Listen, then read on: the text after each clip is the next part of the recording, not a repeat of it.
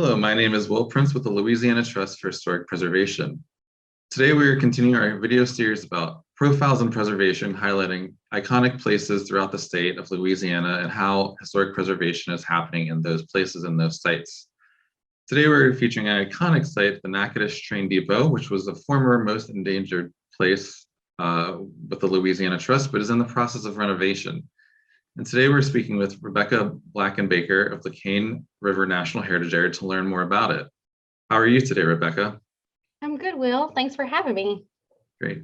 We're excited to learn more about a lot of things that are happening in Natchitoches, but especially about this site in particular. Before we get started, could you tell us a little bit more about yourself and your role with the Cane River National Heritage Area? Sure.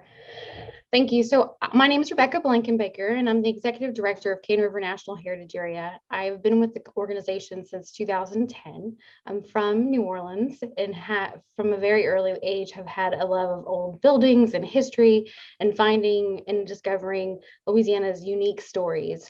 That's really what led me to settle in Natchitoches, and I've just enjoyed living here and helping to preserve our unique history.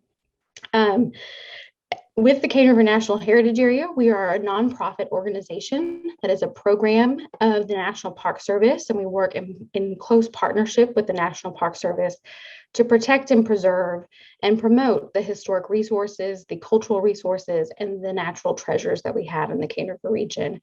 We do this through a lot of different opportunities, through historic preservation, through cultural conservation, like research projects, exhibits, and then we also do it through our natural resource and landscape protection projects, which are replanting in the wetlands or in the region and helping to protect those natural resources.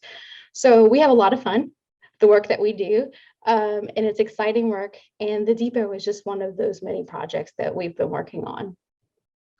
Awesome. Lots to handle in a heritage area. I know it's quite the task. If you could tell us a little bit more about the Natchitoches Train Depot, or also known as the Texas and Pacific Railroad Depot, a little bit about its history and its architecture. Sure. So the Texas and Pacific Railway Depot was built in 1927. It's Italianate architecture, so it's pretty significant for this region, known for Creole cottages and Louisiana style architecture. It sticks out. It's located in today's Natchitoches National Historic Landmark District. And the depot was open from 1927, and it closed to passenger rail transportation in the 1960s.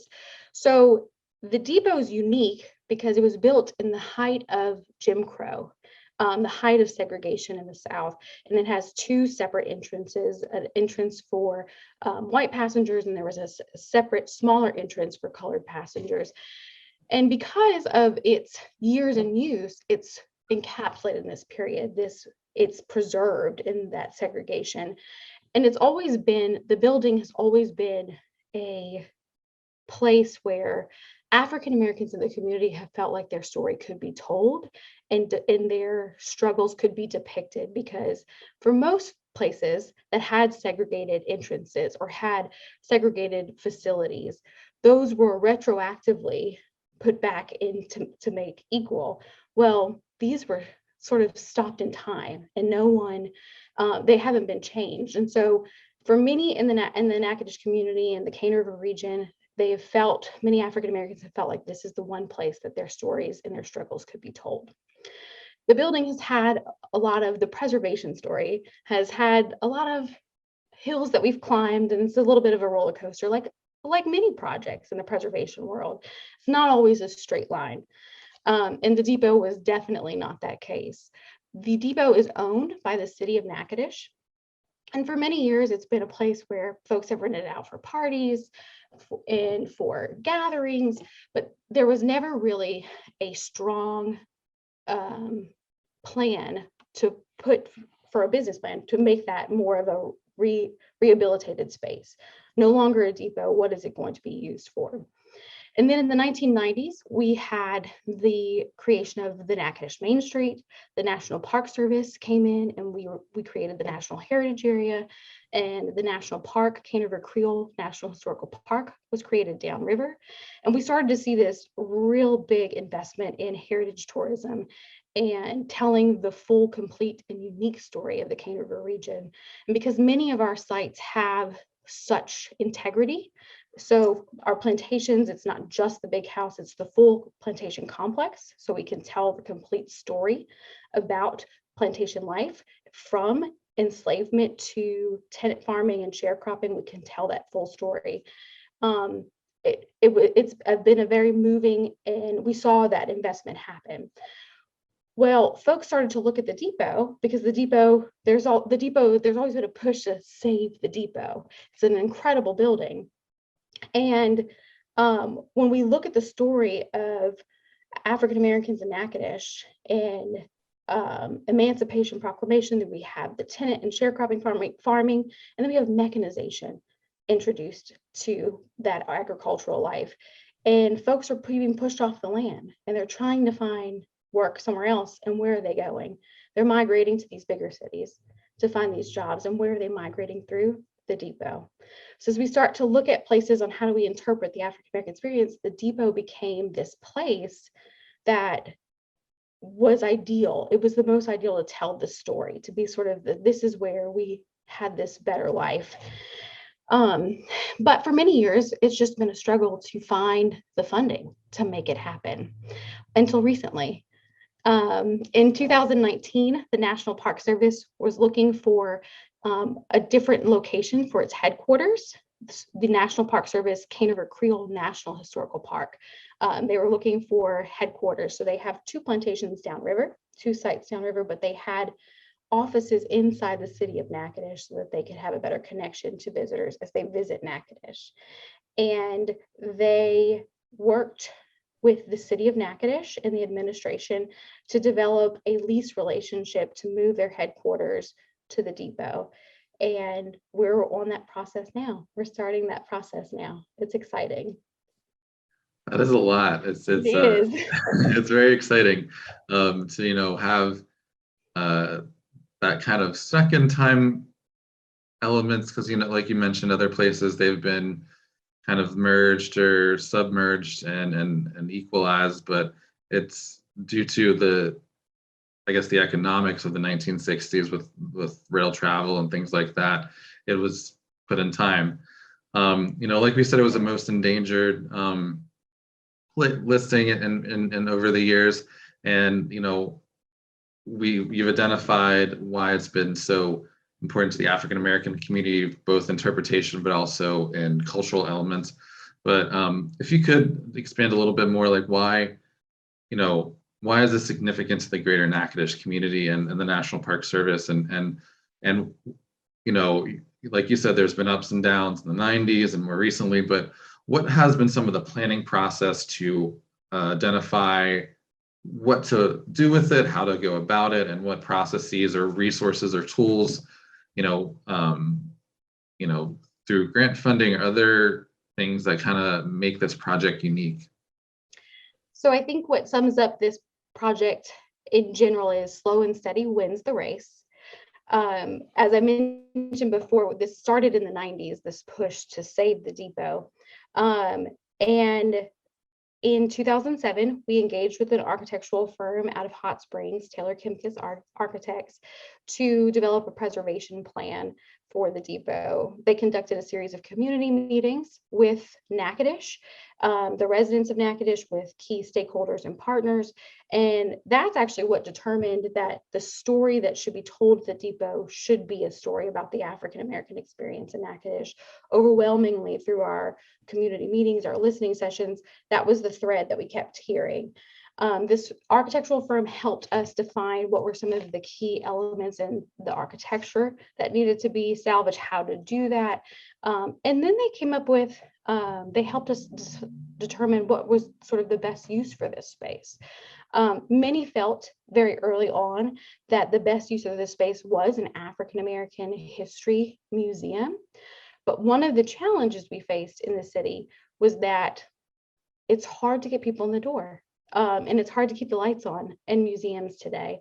And how do we make it a profitable business model? How do we keep the lights on, so to speak? So for many years, the challenge has been trying to meld that mission of telling the story of segregation, of civil rights, and completing the full circle moment for many of our African American members in the community, how life was like, but also making it not profitable, but keeping the lights on, keeping it going, and so that we can keep the momentum. And it wasn't until the Park Service stepped in that we sort of just started to see the stars align, where we could see that the mission that the community wanted to see, the interpretation, was going to find a good home in the new tenants. Now, I need to say that the Park Service comes in at a time, and they are doing the big heavy lifting with the city of Natchitoches. But there are many private preservation groups and cultural preservation groups in the city of Natchitoches who have been pushing for this for decades behind the scenes. Folks like the Natchitoches Historic Foundation, the Black Heritage Committee, the Association for the Preservation of Historic Natchitoches. All of these organizations, in partnership with the Heritage Area in the city, with the Louisiana Trust, have been working. Main Street, all of these folks have had a hand in helping us see this project move forward. It's definitely slow and steady. We've had a number of grants that have helped us do some emergency stabilization over the years. And this time around, the city is paying for the rehabilitation of the depot, but utilizing the state historic tax credit program, that they will then sell those tax credits to a profitable business. That's awesome. A lot of, it's a case of there's not too many cooks in the kitchen in this case. You need all those players coming together to make, to identify at first, it's worthy of preservation, and we want it to be a community asset, and we want it to be successful. That's great. As we kind of close out here, what are some of the future goals for the depot, and what are some lessons learned in I know you're in the process of renovation and seeing it through, and getting it ready to essentially open a new business in some senses, open a new building and a new business, but what are some lessons learned and future goals for the Natchitoches Railroad Depot?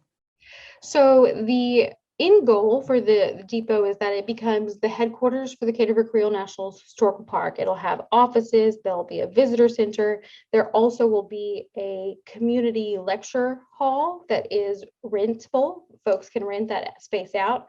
The bigger picture is the depot sits just west of downtown Natchitoches, about 4 blocks away from Front Street, or in our downtown riverbank.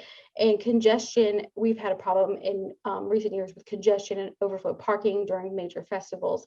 So the idea is that the depot becomes a multimodal transportation hub for our tourism industry. It's where we will have bus parking for big buses, bus groups. We hope to have a bike share docking station there, and have a trolley system further down the line, but that trolley system, that is where the docking station is, and will take folks from the depot to downriver to downtown Natchitoches and back, and sort of help bridge that gap there. Lessons learned, there are a lot. There are so many people that we have to be thankful for their passion and energies dedicated to this project.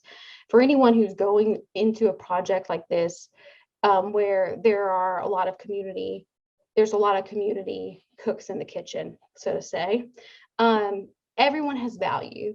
And I think that finding where people fit is the hardest part, but there's room at the table for everyone.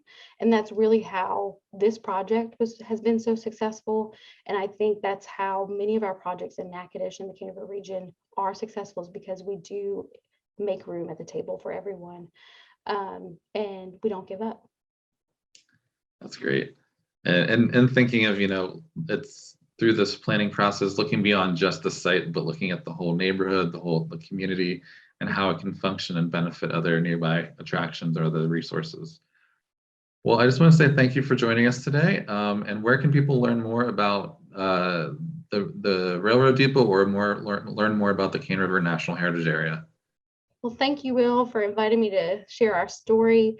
If anyone is interested, you're welcome to check us out at canerivernha.org, or we're on Facebook at caneriver_NHA, and on Instagram, you can follow us there. You can also follow our partners at the National Park, the Cane River Creole National Historical Park. They are on Facebook and Instagram as well, and they are at nps.gov/CARI. That's their park acronym. Well, thank you again. Thank you.